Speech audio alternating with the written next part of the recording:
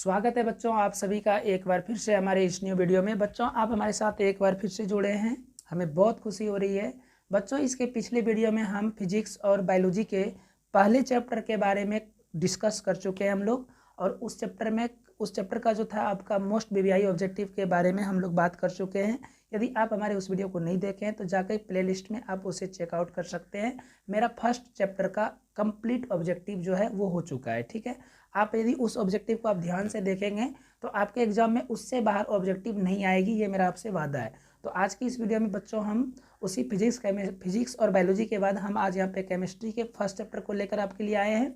और यदि आप इस सारे ऑब्जेक्टिव को आप ध्यानपूर्वक देखते हैं और याद रखने की और समझने की कोशिश करते हैं तो आपके एग्जाम में से एक भी ऑब्जेक्टिव नहीं छूटेगा, ठीक है बच्चों। तो ज़्यादा लेट ना करते हुए चलिए बच्चों हम अपने वीडियो को शुरू करते हैं आज के। और आज का हमारा पहला क्वेश्चन क्या है? तो आज का हमारा पहला क्वेश्चन है, जब जिंक को कॉपर सल्फेट के साथ रिएक्शन कराया जाता है। बच्चों क्वेश्चन को ध्यान से देखिएगा। जब जिंक को कॉपर सल्फेट के साथ रिएक्शन कराया जाता है तो यहाँ पे आपका बन क्या रहा है, जिंक सल्फेट और साथ में कॉपर बन रहा है, ठीक है बच्चों। तो आप यहाँ पे देखे होंगे क्या हो रहा है कि जिंक जो है वो हमारा Zn जो है वो हमारा कॉपर सल्फेट के रूप में जिंक सल्फेट के रूप में बन जाता है, मतलब यहाँ पे विस्थापित हो रहा है बच्चों, ठीक है। तो इस कारण से यहाँ पे ये हमारा बन जाएगा विस्थापन अभिक्रिया, ठीक है। तो चलिए बच्चों हम अपने अगले क्वेश्चन पे आते हैं। अगला क्वेश्चन है कि जब मैग्नीशियम फीता को जलाया जाता है तो उत्पन्न आग की लौ कैसी होती है? तो बच्चों याद रखिएगा कि जब मैग्नीशियम के फीते को जलाया जाता है आग में, ये तो उसका जो लौ होता है बच्चों आग, वो चमकीली और साथ में उजला रहता है, ठीक है बच्चों।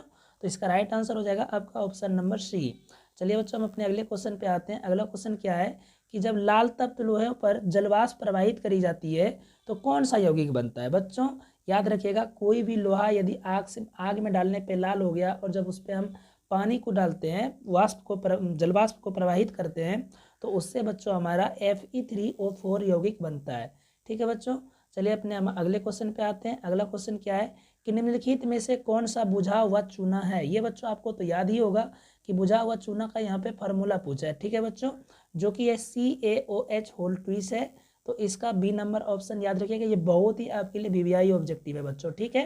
तो आप यहाँ पे सारे ऑब्जेक्टिव को ध्यान से देखेंगे तो आपका ऑब्जेक्टिव एक भी नहीं छूटने वाला है। अगला क्वेश्चन पे आते हैं बच्चों हम लोग। अगला क्वेश्चन क्या है, निम्नलिखित में से कौन सा सही है? तो बच्चों यहाँ पे जो है आपका, जैसे कि यहाँ पे दिया हुआ है Na2CO3 इंटू 5H2O, बच्चों ये गलत है, ठीक है। पहला ये वाला जो ऑप्शन है ये आपका गलत है, ठीक है। इसमें जो है आपका Na2CO3 इंटू 10H2O, ये बच्चों आपका राइट आंसर है, ठीक है। इसका राइट आंसर हो जाएगा बी नंबर। तो बच्चों हमारा अगला क्वेश्चन है कि Na2SO4 प्लस BaCl2 रिएक्शन जब करा है तो क्या बनाया है, BaSO4 प्लस 2NaCl। बच्चों यहाँ पे आप ध्यान दीजिएगा, पूछा ये कौन सी रासायनिक अभिक्रिया है, तो इसको पकड़ने का हम आपको ट्रिक देते हैं। देखिए कैसे पकड़ना है इसको। यहाँ पे आप क्या देख रहे हैं, हमारा शुरू में सोडियम है, ठीक है, और जब ये रिएक्शन हुआ है सोडियम तो ये हमारा क्लोरीन के साथ में मिल गया है, ठीक है। मतलब यहाँ पे Na जो है ये हमारा Cl के साथ में मिला हुआ है। Na किसके साथ में मिला है, रिएक्शन करने के बाद Cl के साथ में। उसके बाद बच्चों हमारा बच क्या जाता है, तो बच हमारा गया है इसमें क्या, तो SO4 बचा हुआ है और यहाँ पे Ba बचा है, तो ये दोनों एक साथ में मिल गया है। मतलब ये जुड़ गया बच्चों इसके साथ में Ba जुड़ गया है बच्चों आपका SO4 के साथ में जुड़ा हुआ है, और साथ में यानी कि ये BO जो है ये SO4 के साथ में जुड़ा हुआ है बच्चों, और साथ में यहाँ पे Na जो है आपका ये जुड़ गया है Cl2 के साथ में। तो यहाँ पे आप देखिए ये विस्थापन हुआ है, ठीक है बच्चों। और विस्थापन के भी साथ में कौन सा विस्थापन हुआ है, तो 2 बार विस्थापन हुआ है, इसलिए यहाँ पे इसका राइट आंसर हो जाएगा आपका द्विविस्थापन अभिक्रिया, ठीक है बच्चों। तो इस तरह से आपको ऑब्जेक्टिव वगैरह वहाँ पे मिलेगा, तो आपको इसी तरह से चूज करना है। तो अगला क्वेश्चन बच्चों है हमारा, एक जांच प्रश्नावली में लिए गए विलयन में एक लोहे के कील को डुबाया गया। आधे घंटे बाद यह देखा गया कि विलयन का रंग जो है वो परिवर्तित हो चुका है। तो उस जांच प्रश्नावली में कौन सा विलयन था? बच्चों क्वेश्चन को समझिए ध्यान से। ये क्या बोला गया है कि कोई आपके पास में एक बर्तन है और इस बर्तन में कोई विलयन है, ठीक है, कोई विलयन है डुबा हुआ है, इसमें कुछ है मिला हुआ, वो आपको अभी पता नहीं कि वो कौन सा विलयन है, ठीक है।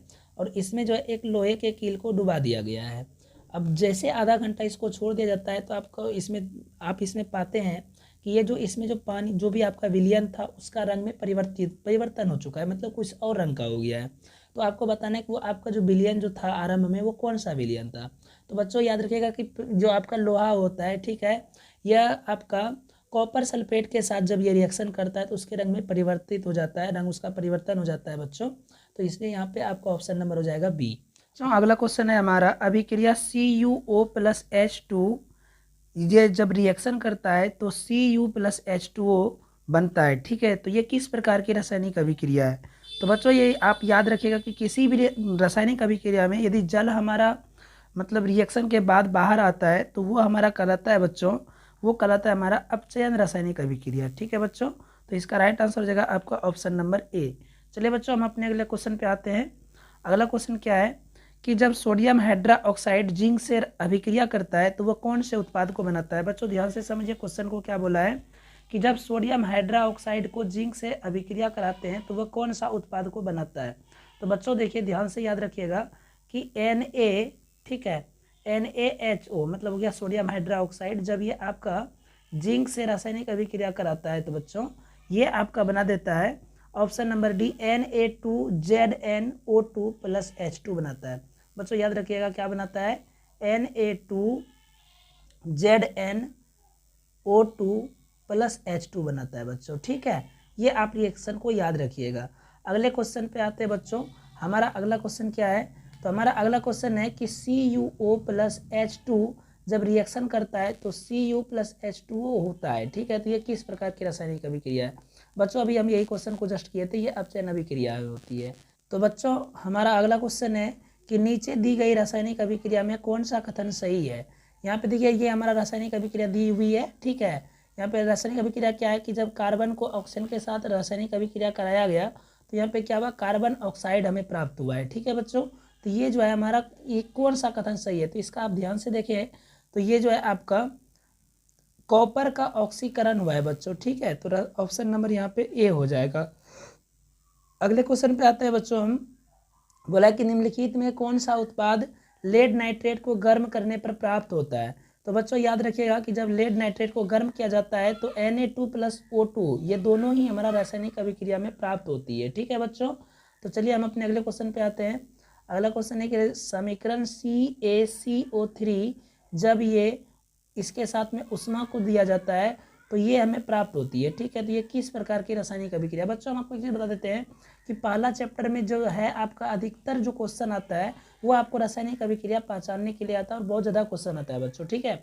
यदि आपको ये पहचानने में दिक्कत हो रही है कि रासायनिक अभिक्रिया को कैसे पहचाने तो आप हमें कमेंट करके बताइए बच्चों। हम आपको जितने भी रासायनिक अभिक्रिया जितने भी प्रकार के होते हैं हम आपको पहचानने के लिए एक प्रॉपर वीडियो प्रोवाइड करा देंगे। तो यहाँ पे देखिए जो जिस रासायनिक अभिक्रिया में उष्मा आपको दिख रहा है यहाँ पे, ठीक है, उष्मा के साथ यदि कोई रासायनिक अभिक्रिया हो रही है बच्चों और साथ में यहाँ पे क्या हुआ, एक चीज़ और आप नोटिस कीजिएगा कि यहाँ पे एक ही था और यहाँ पे देखिए हमारा दो अवयव हो गया है, ठीक है। तो इस कारण से ये हमारा कौन सा रासायनिक अभिक्रिया कहलाएगा, ये वियोजन हुआ है बच्चों, एक से टूट के दो बना है, ठीक है। तो हम लोग इसको वियोजन रासायनिक अभिक्रिया कहते हैं। यहाँ पे एक था, यहाँ पे टूट के ये दो हो गया, तो ये हमारा कहलाएगा वियोजन रासायनिक अभिक्रिया।